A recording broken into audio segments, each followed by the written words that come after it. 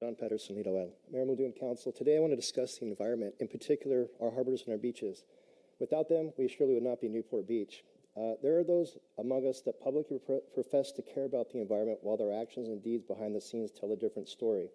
Imagine for a moment if we had a local citizen who willfully and purposely dumped 10,000 gallons of fuel into the harbor and was fined hundreds of thousands of dollars by the EPA. Outrageous, right? To add to the absurdity, let's pretend that even after committing a heinous environmental crime, that this person was voted onto the Harbor Commission by the current mayor. Unfortunately, a similar scenario actually happened, and that person is sitting on our Parks, Beach, and Recreation Commission today. As a third-generation Newport Beach resident, I wouldn't expect a newcomer to Newport Beach, especially one that is crowned mayor inside of 36 months, to recall past events from our local history.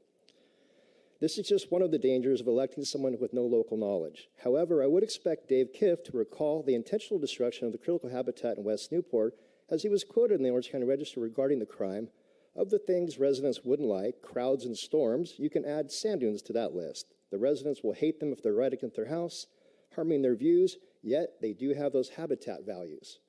So you can imagine my surprise, or possibly lack thereof, when a known destroyer of our environment, one who aligns with statements such as, "We're not anti-dog, we're pro-environment," ends up on the very commission the city has tasked to protect our beaches.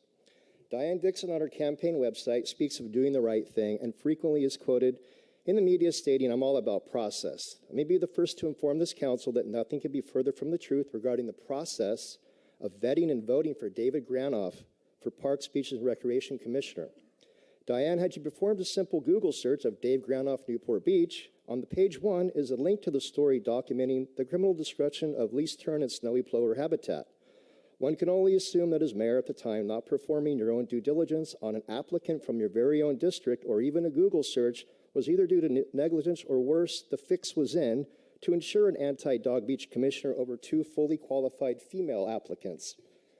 David Granoff, as part of a cabal, willfully and intentionally destroyed critical habitat in violation of multiple Coastal Act statutes, was fined $225,000 by the Coastal Commission, and was forced to reimburse the Newport Beach Police Department $4,100 for their criminal investigation costs.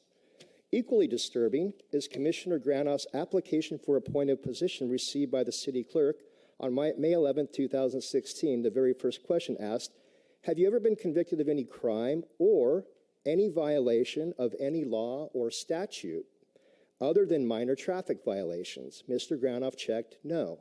Diane, if you truly cared about the environment, you would have never voted for someone who intentionally destroyed the very thing you proclaim as stopping your support of Dog Beach, not even in your jurisdiction.